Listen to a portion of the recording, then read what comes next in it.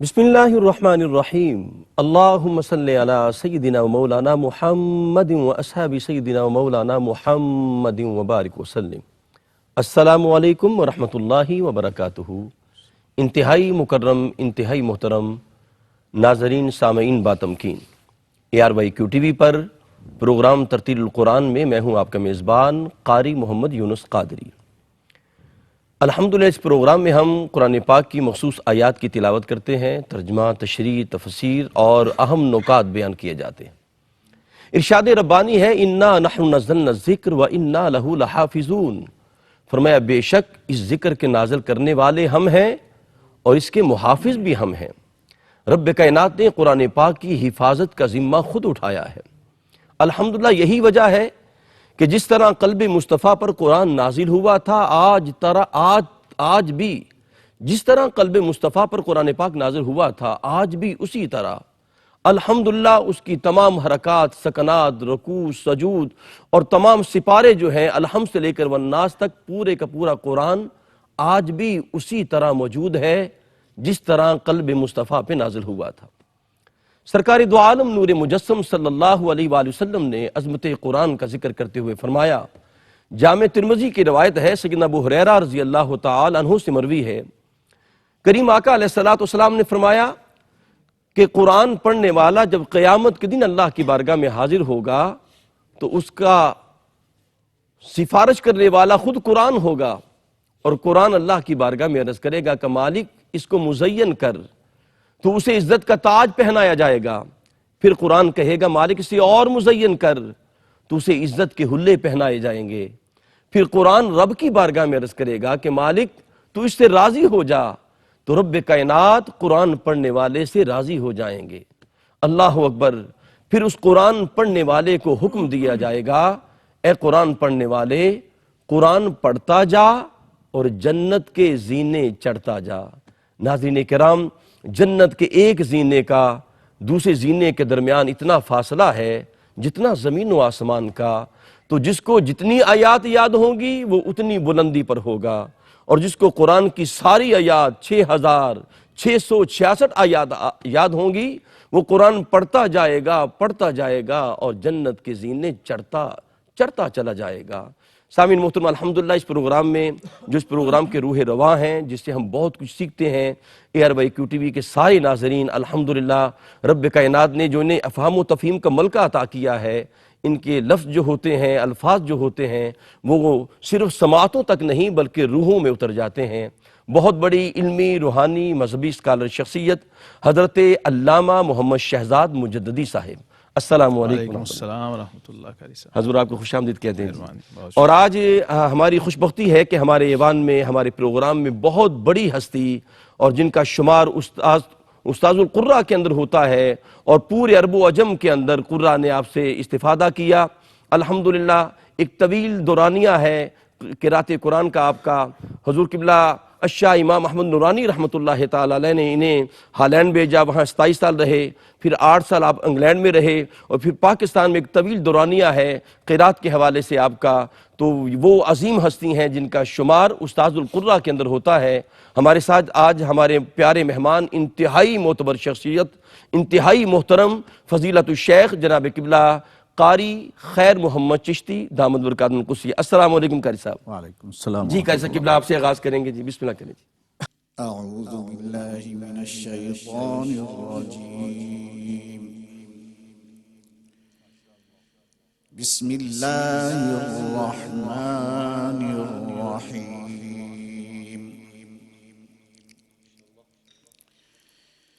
فلما جاءهم الحق من عندنا قالوا إن هذا لسحر مبين قال موسى أتقولون للحق لما جاءكم أسحر هذا ولا يفلح الساحرون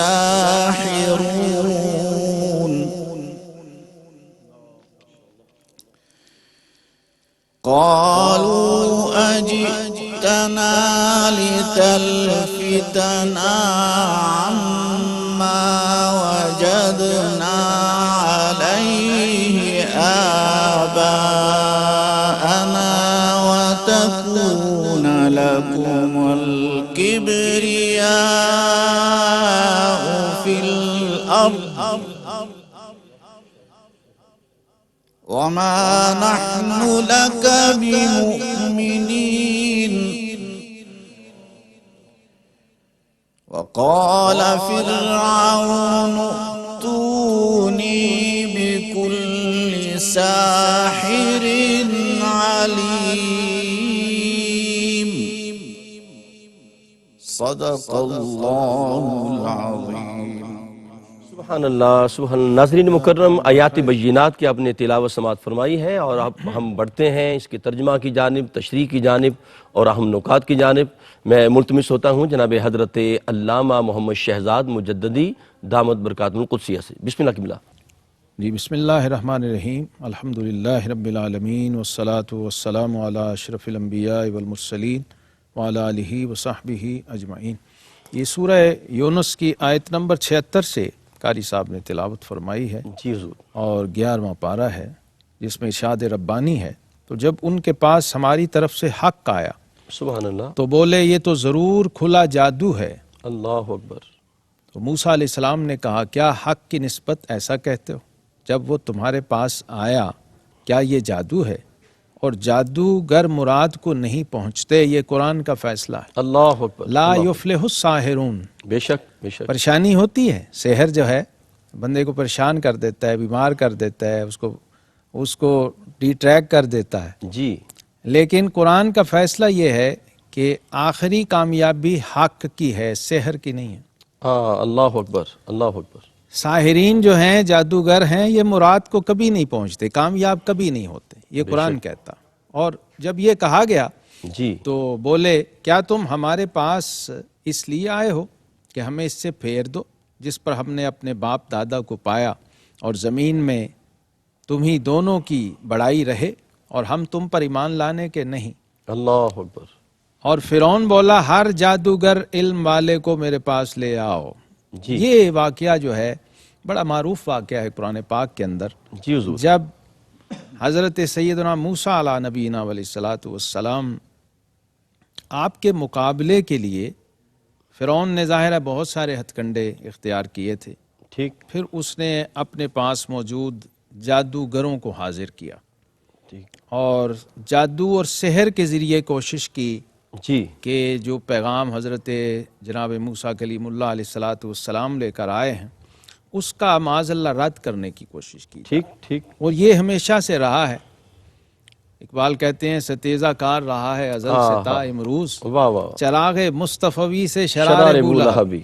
اللہ اکبر۔ تو یہ حق اور باطل کا ٹکراؤ ہمیشہ رہا ہے، جی اور حق کو روکنے کے لیے جو باطل قوتیں سامنے آئیں اس میں اہل اقتدار بھی تھے، ٹھیک۔ اہل حکومت بھی تھے، جی بادشاہان وقت تھے، اور اس میں ایسے لوگ بھی تھے جو خود خدائی کے دعوے دار تھے، جیسے استغفر اللہ۔ فرعون ہے، جی جیسے جی نمرود ہے۔ ایسے یہ خود خدا انا ربکم الاعلی کے دعوے دار تھے، جی ہم رب ہیں تمہارے۔ اب چونکہ ربوبیت کا دعویٰ رکھتے تھے، خدائی کا دعویٰ رکھتے تھے، لہٰذا اس کے نتیجے میں ہر اس قوت اور ہر اس طاقت کو انہوں نے استعمال کرنے کی کوشش کی جو ان کے پاس تھی، ٹھیک ٹھیک۔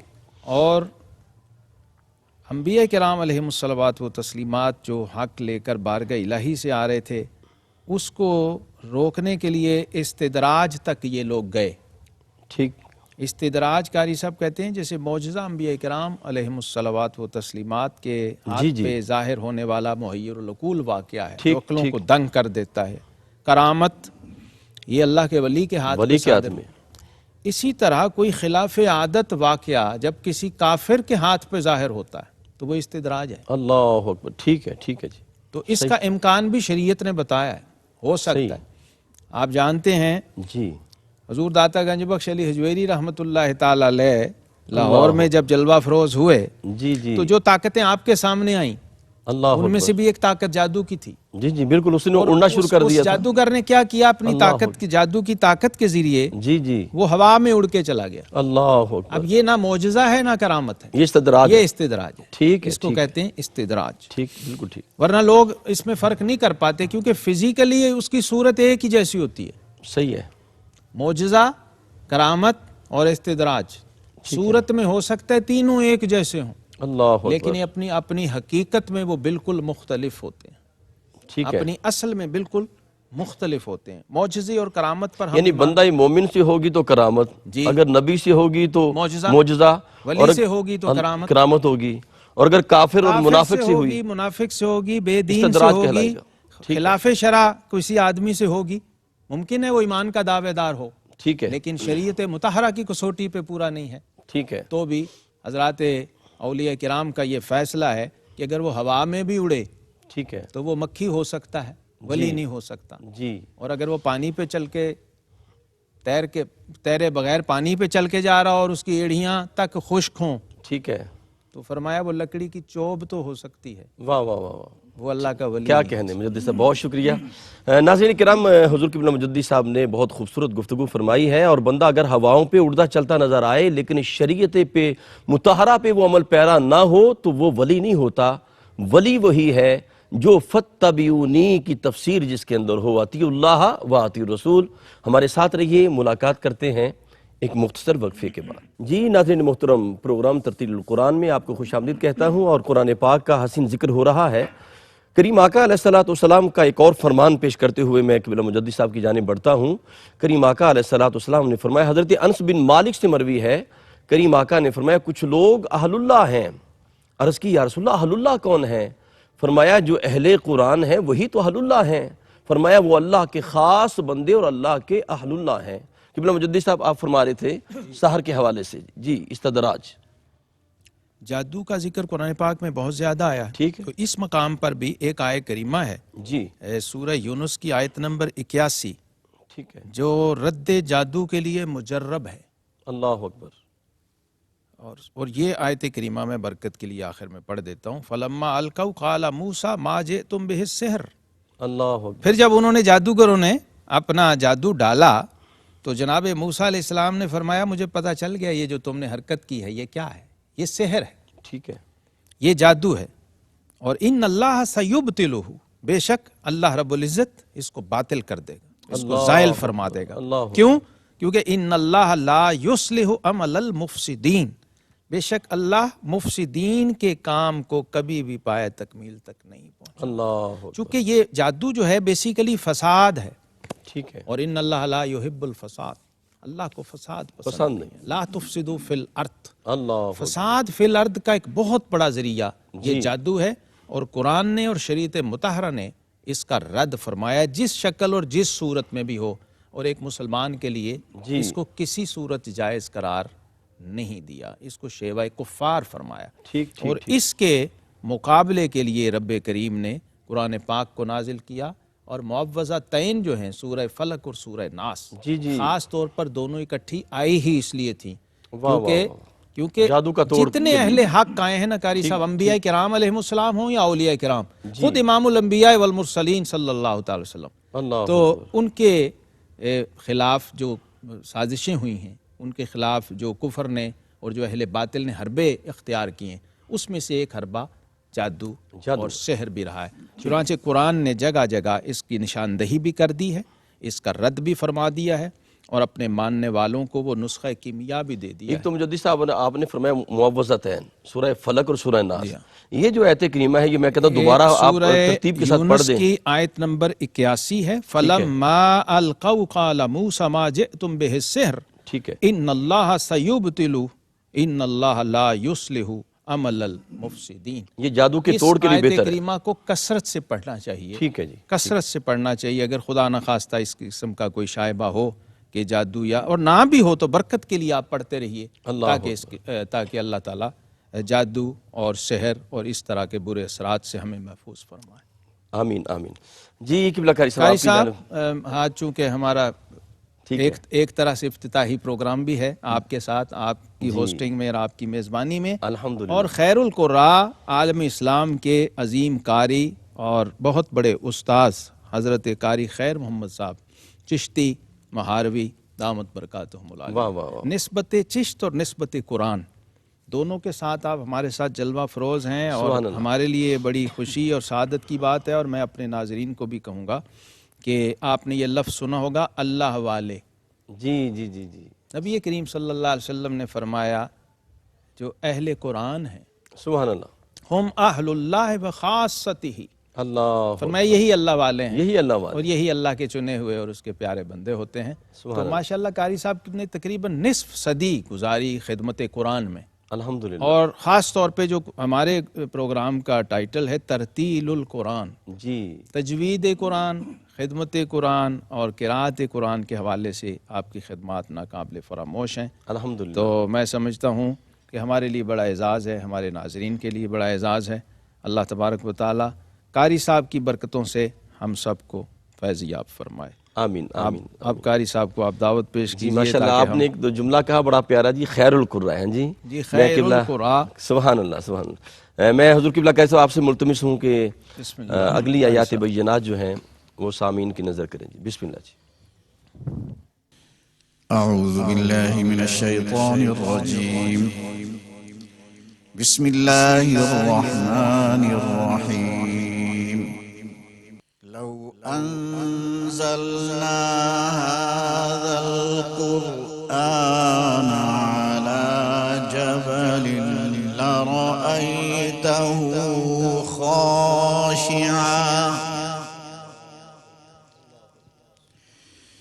لرأيته خاشعا متصدعا من خشية الله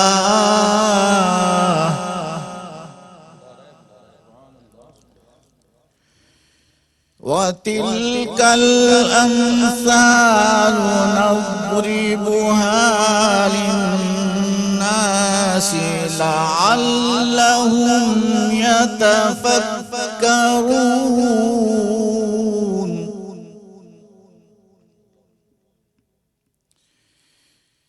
هو الله الذي لا إله إلا هو عالم الغيب والشهادة هو الرحمن الرحيم اللہ سبحان اللہ، ماشاءاللہ ماشاءاللہ، هو الله الذي لا إله إلا هو اللہ اکبر، الملك القدوس السلام المؤمن المهيمن العزيز الجبار المتكبر اللہ اکبر، سبحان الله عما يشركون سبحان اللہ سبحان اللہ سبحان اللہ، ماشاءاللہ ماشاءاللہ، والله الخالق البارئ المصور له الأسماء الحسنى سبحان اللہ سبحان اللہ سبحان اللہ، يسبح له ما في السماوات والأرض وهو العزيز الحكيم اللہ اکبر، اللہ اکبر، يسبح له ما في السماوات والأرض وهو العزيز الحكيم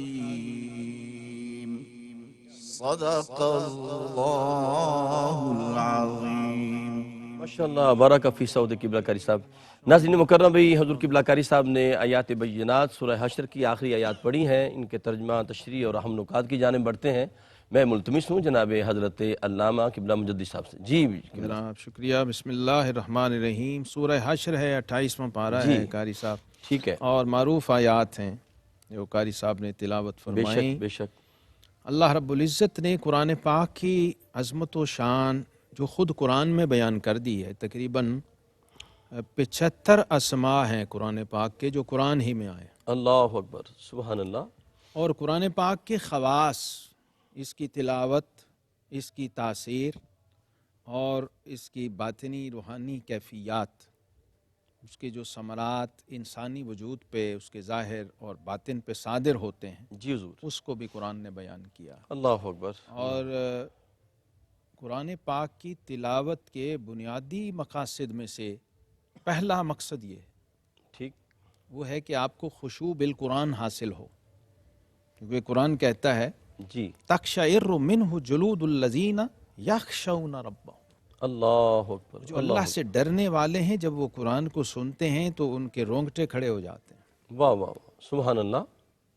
قرآن پاک کی تاثیر یہ ہے کہ جب قرآن پاک کو پڑھا جاتا ہے، قرآن پاک کو سنا جاتا ہے، تو قرآن کہتا ہے انما المؤمنون الذین اذا ذکر اللہ واجلت قلوبہم. اللہ اکبر. ایمان والوں کے دل لرز جاتے ہیں. اور قرآن کہتا ہے ایمان والے ہیں ہی وہ اصل میں جی جی جی، جن پر قرآن یوں ظاہر ہوتا ہے اور یوں اثر انداز ہوتا. اور پھر قرآن پاک کی تاثیر سے آنکھوں سے آنسوؤں کا جاری ہو جانا. اللہ اکبر. یہ 3 کیفیات جو ہیں خشوع بالقرآن سے متعلق ہیں. جی، ایک تو آپ کے ظاہری وجود پہ اس کا اثر آئے، آپ کے باطنی وجود پہ اس کا، روح پہ اس کا اثر جائے، صحیح. اور پھر آنکھوں کے اشکوں سے اس کا اظہار ہوتا، اللہ اکبر. دکھائی دے. اسی کیفیت کو یہاں قرآن نے بھی بیان کیا کہ اگر ہم یہ قرآن کسی پہاڑ پر اتارتے تو ضرور تم اسے دیکھتے جھکا ہوا، پاش پاش ہوتا ہوا اللہ کے خوف سے. اللہ اکبر. اب یہ مثال پہاڑوں کے ذریعے دی ہے جی، کہ اگر پہاڑوں، چونکہ پہاڑ مضبوط ترین مخلوق ہے، اشد ترین مخلوق ہے، اور خود اوتاد کہا ہے قرآن نے پہاڑ کو، جی جی، میخیں، میخیں کہا ہے جو ٹھیک، زمین ٹھیک. پر گاڑی ہوئی ہیں، اللہ زمین اکبر. جس کی وجہ سے برقرار اور قائم ہے. ایسے ہی. تو اگر پہاڑ جیسی عظیم مخلوق، پہاڑ جیسی مضبوط ترین مخلوق قرآن پاک کے نزول سے پاش پاش ہو جائے اور ہوا میں اڑ جائے، تو پھر اہل عقل اور اہل نظر کے لیے دعوت فکر ہے واہ قاری واہ صاحب واہ واہ، کہ ایک سبحان گوشت پوست کا چھوٹا سا انسانی وجود، جی جی، اس کی کیا کیفیت ہوتی ہو. اللہ اکبر. حضرت سیدنا عمر فاروق رضی اللہ تعالیٰ عنہ جب امام القراء فی الصحابہ حضرت سیدنا ابو موسیٰ اشعری رضی اللہ تعالیٰ عنہ، ان کو کہتے ہیں نا قرآن، دیکھیے ہم کہتے ہیں حضرت قاری صاحب فلانے قرآن سنائیں گے، ٹھیک. صحابہ کا طریق کیا ہے، ان کا تعلق بالقرآن کیا ہے، اللہ اور اکبر. ان کا مقصد سماع قرآن کیا ہے، وہ اس ایک جملے سے آپ کو پتہ چلے گا. بسم اللہ. سیدنا فاروق اعظم رضی اللہ عنہ ابو موسیٰ اشعری سے قرآن سننا چاہ رہے ہیں، جی، تو قاری صاحب کو کیا کہتے ہیں؟ کہتے ہیں ذکرنا یا ابا موسیٰ، اللہ اکبر، سبحان اللہ. ذکرنا یا ابا موسیٰ، جی، اے ابو موسیٰ اشعری ہمیں ہمارے رب کی یاد دلاؤ، اللہ اکبر. ہمیں غفلت سے نکالو. واہ واہ واہ، سبحان اللہ سبحان اللہ. کیونکہ قرآن پاک کا اسم مبارک ہے انا نحن نزلنا الذکر، ذکر، واہ واہ واہ، ذکر قرآن کا نام ہے، ٹھیک. ذکر قرآن کا ٹائٹل ہے، اور ذکر کہتے ہیں یاد کرنے کو. اللہ اکبر. تو گویا قرآن پاک جو ہے یہ غفلت کے حجابات کو اٹھانے کا مجرب ترین نسخہ ہے. کیا کہنے، لیکن سبحان اس میں قاری کا رول بڑا کلیدی اور بنیادی ہے. اللہ. جی جی، قاری اگر ابو موسیٰ اشعری رضی اللہ عنہ جیسے قاری ہوں واہ گے واہ واہ. تو پھر اس سے وہ کیفیات پیدا ہوں ہوں گی گی. جن کو آقا کریم علیہ السلام نے فرمایا تھا. یہ میں قاری صاحب کی نظر کر رہا ہوں تبرکن، جب قرآن صاحب قرآن ان سے قرآن سنتے ہیں سبحان اللہ. تو فرماتے ہیں اوتیتا مزمارم من مزامیر آل داؤد. اللہ ابو موسیٰ اشعری گویا اللہ نے لحن داؤدی کی کوئی تار تیرے گلے میں رکھ دی. اللہ اکبر. واہ کیونکہ واہ. آپ جب قرآن پاک پڑھتے تھے تو ایسی کیفیات پیدا ہو جاتی تھی جی کہ خود آقا کریم علیہ الصلوۃ والسلام ایک بار گھر کی طرف تشریف لے جا رہے تھے تو آواز آ رہی تھی تلاوت قرآن پاک ٹھیک ٹھیک مسجد نبوی شریف سے، تو آپ وہیں رک گئے اور جب تک قاری صاحب پڑھتے رہے آپ سنتے رہے۔ حضرت ابو موسیٰ اشعری قرآن پڑھ رہے تھے، سبحان اللہ۔ صبح کو آقا کریم علیہ السلام نے فرمایا ابو موسیٰ اشعری تم قرآن بہت اچھا پڑھتے ہو۔ ہاں ہاں، واہ واہ، عرض کیا حضور آپ سن رہے تھے؟ جی فرمایا ہاں، جب تک تم پڑھتے رہے میں کھڑا سنتا رہا۔ ہاں ہاں، کیا کہنے، تو جناب ابو موسیٰ اشعری نے عرض کیا سبحان آقا اللہ۔ کاش مجھے پتا ہوتا کہ آپ سن رہے ہیں تو میں ہاں، اس وقت تک پڑھتا رہتا جب واہ تک واہ آپ واہ، سنتے۔ کیا کہنے، جدی صاحب یہیں سے یہ جوڑیں گے کیفیات انشاءاللہ، اور یہ یہیں سے تعلق۔ جوڑیں گے۔ ناظرین مکرم، قرآن ایسی دولت ہے، اگر بندہ چاہتا ہے کہ وہ رب سے مل جائے، حجابات اٹھ جائیں، تو اسے چاہیے وہ قرأت قرآن سے جڑ جائے۔ انشاءاللہ ابھی اسی گفتگو پہ ہم بات کریں گے، ملاقات کرتے ہیں ایک مختصر وقفے کے بعد۔ جی ناظرین مکرم، ترتیل القرآن پروگرام میں آپ شامل ہیں اور حضور قبلہ قاری صاحب جلوہ فرما ہے، مجدی صاحب جو ہیں اہم نکات بیان فرما رہے ہیں، اور میں سوچ رہا تھا، مجدی صاحب بیان فرما رہے تھے کہ اگر قرآن پہاڑوں پہ نازل کیا جاتا تو وہ ریزہ ریزہ ہو جاتے، تو میں سوچ رہا تھا کہ قلب مصطفیٰ میں پھر کتنی طاقت ہے کہ الحمد سے لے کر والناس تک پورا قرآن اترا، لیکن ما زاغ البصر وما طغی۔ جی مجدی صاحب۔ قاری صاحب جب قرآن کا نزول ہوتا تھا نا جی تو قصوہ اونٹنی جس پہ آقا کریم علیہ السلام سواری فرماتے تھے ٹھیک، وہ بیٹھ جاتی تھی ہیبت و جلالت وحی سے۔ اللہ اکبر، اللہ اکبر، واہ واہ واہ، قلب مصطفیٰ صلی اللہ علیہ وسلم کے تحمل کا ذرا اندازہ لگانا ہو تو پھر پہلے کاتبین وحی سے پوچھنا چاہیے تھا۔ کیا کہنے؟ حضرت زید بن ثابت رضی اللہ عنہ فرماتے ہیں، میں چونکہ وہ قرآن بورڈ کے چیئرمین تھے نا، 40 جو کاتبین وحی کی جو بورڈ تھا آپ اس کے چیئرمین اور سب سے سینئر شخصیت تھے، تو کہتے ہیں میں جو قلم لے کر اور قلم دان اور دوات لے کر اور لکھنے کا سامان لے کر آقا علیہ السلام کی خدمت میں حاضر رہا کرتا تھا کہ جانے کب وحی کا نزول شروع ہو جائے۔ ٹھیک ٹھیک، اب اس کا اندازہ آپ لگائیے اس کیفیت کا۔ کہتے ہیں کہ آقا کریم علیہ السلام کی پنڈلی مبارک میری ٹانگ پہ تھی اور آپ نیم دراز تھے کہ نزول وحی کی کیفیت شروع ہوئی، اللہ تو اکبر، مجھے یوں لگا جیسے کسی نے آرا میری ٹانگ پہ رکھ کے اسے چیر دیا ہے۔ اللہ اکبر، اللہ اکبر، اللہ اکبر، غار حرا میں جب اقرا کی آیات آئی ہیں تو ذرا اس وقت کی جی، آپ جی، جی، روایات کو بالکل، پڑھیے بالکل، اللہ کہ کیا اکبر، کیفیات ہوتی ہیں ٹھیک ٹھیک، اس قرآن کے تحمل کے لیے بندے کو کس کیفیت سے گزرنا سبحان پڑتا ہے۔ اللہ، صاحب سبحان قرآن صلی اللہ تعالیٰ علیہ وسلم نے اللہ اس اکبر، لیے قاری کا جب پوچھا گیا نا جی، کہ حضور سب سے اچھا قاری کون ہے، تو آقا کریم علیہ السلام نے فرمایا جس کا قرآن سن کے تمہیں لگے کہ یہ اللہ سے ڈرتا ہے۔ ٹھیک،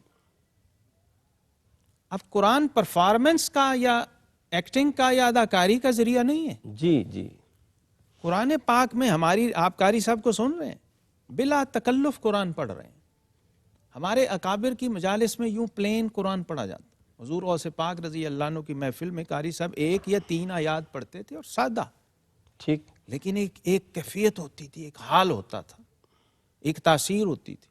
حضرت صالح مولا حذیفہ رضی اللہ تعالیٰ جی، قرآن پاک پڑھ رہے ہیں، آقا کریم علیہ السلام نے سنا، صاحب قرآن صلی اللہ علیہ وسلم نے سنا، امتی سے، شاگرد سے، استاد نے، اور ایسا قرآن پڑھا انہوں نے کہ آقا علیہ السلام نے جا کے جو شاباش دی اور داد دی تو فرمایا الحمدللہ الذی جعل مثلک فی امتی، آہا، شکر ہے اس ذات پاک کا جس نے تیرے جیسے قاری کو میرا امتی بنایا۔ اللہ اکبر، اللہ اکبر، واہ تو واہ واہ، قرآن کے ساتھ جب تعلق ہوتا ہے تو وہ قاری کی تلاوت سے اور قرات سے پھر وہ چھلکتا ہے، قاری کے باطن کا نور چھلکتا ہے اور قرآن کا نور چھلکتا ہے۔ اس لیے فرمایا اگر اس کو ہم پہاڑوں پر اتار دیتے تو پہاڑ اس کی ہیبت سے ریزہ ریزہ، اور یہ مثالیں ہم لوگوں کے لیے بیان فرماتے ہیں تاکہ وہ غور و فکر کریں، تاکہ وہ سوچیں، اور وہی اللہ ہے جس کے سوا کوئی معبود نہیں، اور ہر نہاں اور عیاں کا وہ جاننے والا ہے، اور وہی ہے بڑا مہربان اور رحمت والا۔ یہ سورہ حشر کی جو آخری 3 آیات ہیں قاری صاحب، جی جی، نبی کریم علیہ السلام نے ارشاد فرمایا جو شخص صبح 3 بار ان کی تلاوت کر لے شام تک 70,000 ملائکہ اس کی بخشش و مغفرت کی دعا واہ کرتے واہ رہتے واہ، سبحان اور جو اللہ، شام کو ان 3 آیات کو پڑھ لے صبح تک 70,000 فرشتے اس کی بخشش اور مغفرت کی دعا کرتے سبحان رہتے ہیں۔ اللہ، یعنی 1,40,000 فرشتہ جی، اس ایک قاری اور اس ایک شخص کے لیے کیا کہنے، وقف ہو جاتا ہے، فکس ہو جاتا ہے اس کے لیے دعا کرنے کے لیے۔ بہت خوبصورت۔ آج تو مجدی صاحب آپ وظائف ہی بتا رہے ہیں ساتھ ساتھ، ماشاءاللہ برکت بھی ہے نا جی برکت قرآن بھی کی۔ ہے۔ میں قبلہ قاری صاحب کی جانب بڑھوں گا، قاری صاحب اگلی آیات بینات جو ہیں وہ پیش کرنے کا اعزاز اور شرف پائیں۔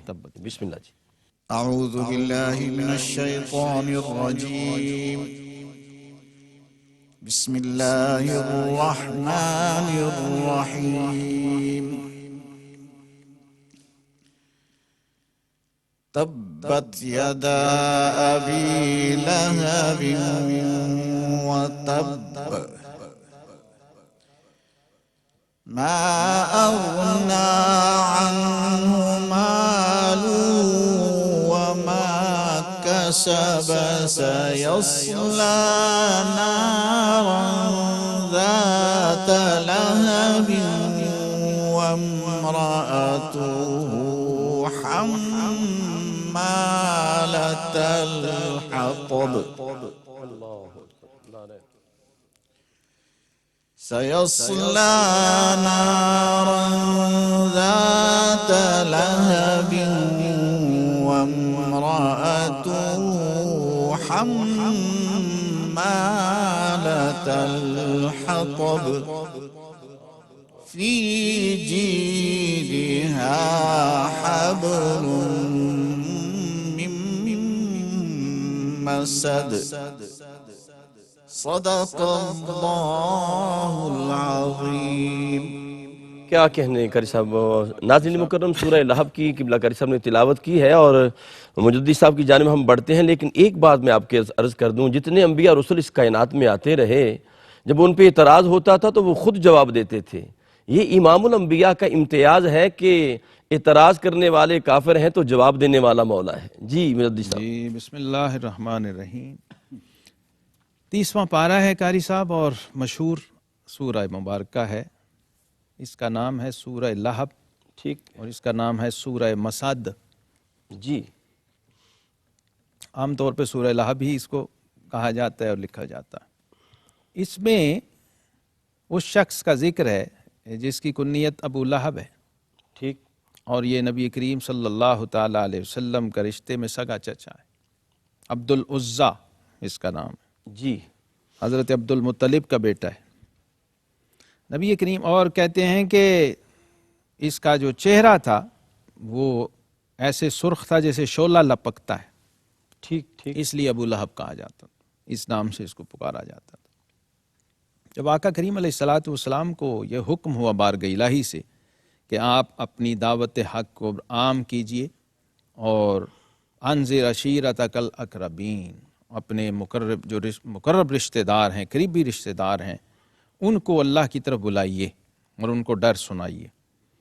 تو آقا کریم علیہ السلام نے کوہ صفا پہ جلوہ افروز ہو کے جب دعوت دی اہل قوم کو، تو اس مجمع میں آپ کا سگا چچا ابو لہب عبد العزیٰ بن عبد المطلب یہ بھی کھڑا تھا. اور اس شخص کے معمولات میں تھا یہ کہ آقا کریم علیہ السلام جب اپنی دعوت لے کر مختلف عرب کے قبائل میں تشریف لے جاتے تھے، جی تو یہ شخص بعض اوقات پیچھے جاتا اور اتنا بغض تھا، اتنی عداوت تھی دعوت حق کے ساتھ اور ذات رسالت مآب صلی اللہ علیہ وسلم کے ساتھ اور آپ کی دعوت توحید کے ساتھ کہ پیچھے پیچھے یہ آوازیں لگاتا، استغفر اللہ، پروپیگنڈا کرتا، آپ کے خلاف باتیں کرتا اور لوگوں سے کہتا کہ ان کی بات نہ سننا. جی معاذ اللہ ایسے ایسے کلمات اور ایسے ایسے الفاظ کہتا جو آپ کے شان نہیں تھے. آپ کے خلاف ایک بہت بڑا پروپیگنڈے کا ذریعہ تھا یہ شخص اس زمانے میں. اور جو مکہ میں اسلام کے مخالف بڑی قوتیں تھیں اس میں سر فہرست تھا ابو لہب. اس نے ایک جملہ بولا اس وقت جب آقا کریم علیہ السلام لوگوں کو دعوت حق پیش کر رہے تھے، اپنے قریبی عزیزوں کو اور رشتہ داروں کو. تو اس نے کہا تب لک، استغفر اللہ. ایسا ایک لفظ کہا کہ اے محمد صلی اللہ تعالیٰ علیہ وسلم، آپ کو معاذ اللہ آپ کے ہاتھ کو ایسے ہو جائے، ایذا پہنچے، آپ کو تکلیف پہنچے، ایسے کلمات کہے. ہلاکت و بربادی کے معنی میں یہ الفاظ استعمال ہوتے ہیں. تو رب کریم نے اس کو گوارا نہیں فرمایا. اللہ اکبر، اللہ اکبر. کیونکہ قرآن نے یہ ہمیں اسلوب دیا ہے اور یہ اصول دیا ہے کہ والذین یؤذون اللہ ورسولہ لا. کیا کہنے، سبحان اللہ. جو رسول اللہ صلی اللہ علیہ وسلم کو ایذا دے رہے ہیں وہ اصل میں اللہ کو ایذا اللہ کو دے رہے. ٹھیک ہے. تو اللہ کو جب ایذا ہوتی ہے تو اللہ کی تو یہ شان ہے کہ وہ غنی عن العالمین ہے، بے شک بے شک. لہٰذا اپنی شان قہاری اور جباری سے پھر وہ اس کا رد عمل فرماتا، اس کا رد فرماتا. لہٰذا اس نے ایک ہاتھ کی طرف اشارہ کیا تھا جی. تو رب کریم نے فرمایا تبت یدا ابی لہب وتب، اللہ اکبر. اے ابو لہب تیرے دونوں ہاتھ ہائے ہائے. تباہ و برباد ہو جائیں، جی جی اور بلکہ تباہ ہو گئے. ہو گئے. اللہ اکبر. یہ سورہ مبارکہ جو ہے نا جی قاری صاحب، اس میں حضور صلی اللہ علیہ وسلم کے 3 معجزے ہیں. جی اس ایک سورہ مبارکہ میں جی حضور مجدد صلی اللہ علیہ وسلم کی نبوت و رسالت کے، آپ کی حقانیت کے اور آپ کی دعوت کے حق ہونے کے 3 بڑے حصی معجزے ہیں اللہ اکبر. جو ائمہ نے لکھے، ائمہ تفسیر نے لکھے ہیں. پہلی بات تو یہ فرمائی ما اغنی عنہ مالہ وما کسب، اس کا مال اور اس کی کمائی اور اس کا منصب اور اس کا مرتبہ، اس کا نام اور عہدہ، وہ اس کے کسی کام نہیں آیا. اللہ اکبر. سیصلی نارا ذات لہب وامرأتہ، اب قریب ہے کہ وہ شعلے مارتی ہوئی آگ میں دھسا دیا جائے اور ساتھ اس کی بیوی بھی. حمالۃ الحطب، یہ لکڑیوں کا گٹھا اٹھا کے آنے والی عورت تھی جی جی جو اس لکڑیوں کے جو کانٹے تھے وہ اتار کے آقا کریم علیہ الصلوۃ والسلام کے راستے میں جو گزرگاہ تھی پھینکا کرتی تھی. استغفر اللہ استغفر. ام جمیل اس کا خاتون کا نام تھا. حضور علیہ الصلوۃ والسلام کے رشتے میں چچی لگتی تھی اور ابو لہب کی بیوی تھی. یہ بھی بغض و عداوت رسالت مآب صلی اللہ علیہ وسلم میں بہت انتہا کو بڑھی ہوئی تھی. اور فی جیدہا حبل من مسد، قرآن نے کہا اس کے گلے میں کھجور کی چھال کی رسی ہے. کھجور کی چھال کی رسی جو ہے بٹی جاتی تھی اور یہ بطور جب وہ گٹھا لکڑی کا استعمال ہوتا تھا اس کے لیے باندھی جاتی تھی اور پھر گلے میں ڈال لیتے تھے. ٹھیک. اور بعض نے کہا کہ یہ بڑی لمبی 7 ہاتھ لمبی رسی ہوتی تھی جی جس کو استعمال کرتی تھی وہ عورت، اپنے گلے میں باندھ لیتی تھی اور یہی اس کی موت کا ذریعہ بھی بنی. پہلی بات تو قرآن نے یہ کہی کہ ابو لہب تو ہلاک و برباد ہو گیا.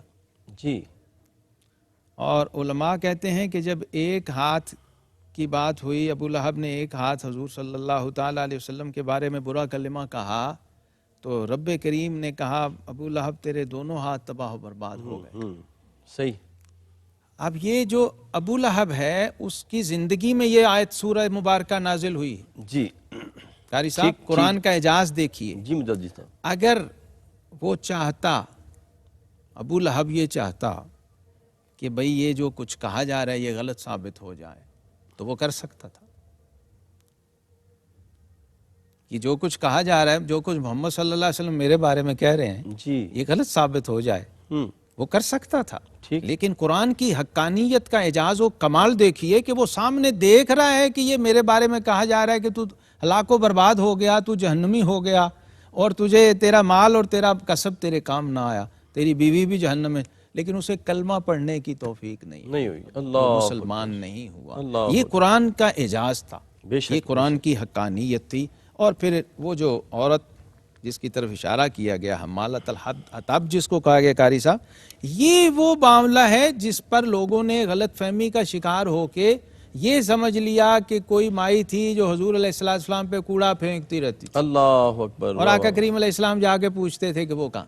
حالانکہ ایسی کوئی مستند کتاب سیرت کی یا تفسیر کی ایسی نہیں جس میں ایسی کوئی روایت ہو. ہاں یہ روایت موجود ہے جس سے تفسیریں بھری ہوئی ہیں، جس سے کتابیں بھری ہوئی ہیں، لیکن اس کو لوگوں نے غلط فہمی میں کہاں کا کہاں پہنچا دیا ہوا. ٹھیک ہے. آج سورہ لہب کی اس تفسیر کے حوالے سے میں یہ بھی وضاحت آخر میں عرض کر دوں کہ ایسی کوئی روایت کسی مستند اور معتبر ماخذ میں نہیں ہے کہ کوئی بڑھیا تھی جو اوپر سے حضور علیہ السلام پر کوڑا پھینکا کرتی تھی. واہ واہ. یہ بی بی تھی جو لکڑیاں لاتی تھی اور پھر وہ جو تنکے ہوتے تھے اور جو کانٹے ہوتے تھے وہ راستے میں پھینکا کرتی تھی اور اللہ نے پھر اس کا انجام بھی اسے دکھا دیا. وہی گٹھا اور رسی وہ سانس لینے کے لیے چٹان پہ رکھ کے رکی اور وہ اللہ نے فرشتوں کو حکم دیا، وہی لکڑی کا گٹھا اس کے گلے کا پھندا بنا اور اسی سے پھانسی پا کے وہ باس لے جہنم. ناظرین مکرم، قبلہ مجدد صاحب نے بہت خوبصورت گفتگو فرمائی ہے اور ایک بہت بڑے واقعے کی جانب اشارہ بھی کر دیا، اصلاح بھی فرما دی ہے۔ اور ایک جملہ میں بھی آخر میں کہہ دوں، سرکار دو عالم اسی موقع پہ جب کریم آقا علیہ السلام نے پوری قوم کو جمع کر کے اعلان کیا تھا تو سرکار دو عالم نے پوچھا تھا کہ اگر میں کہوں کہ پیچھے سے کوئی دشمن حملہ کرنے لگا ہے تو کیا مان لو گے؟ تو سب نے کہا جی مان لیں گے، آپ صادق اور امین ہیں۔ تو کریم آقا نے فرمایا اگر تم جا کے دیکھو اور وہ دشمن نہیں ہے، وہ لشکر نہیں ہے اور تم اسے نہ پاؤ تو پھر کیا کہو گے؟ تو سب نے کہا تھا ہماری آنکھ کا دھوکہ ہو سکتا ہے، محمد کی زبان جھوٹ نہیں بول سکتی صلی اللہ علیہ وسلم۔ میں آخر میں دونوں مہمانوں کا شکریہ ادا کرتا ہوں، خیر القرہ، زینت القرہ، فخر القرہ جناب قبلہ قاری خیر محمد چشتی صاحب کا، اور ہمارے پروگرام کے روح رواں جناب حضرت علامہ مولانا محمد شہزاد مجدد صاحب کا بہت شکریہ۔ اپنے میزبان قاری محمد یونس قادری کو اجازت دیجیے۔ السلام علیکم ورحمۃ اللہ وبرکاتہ۔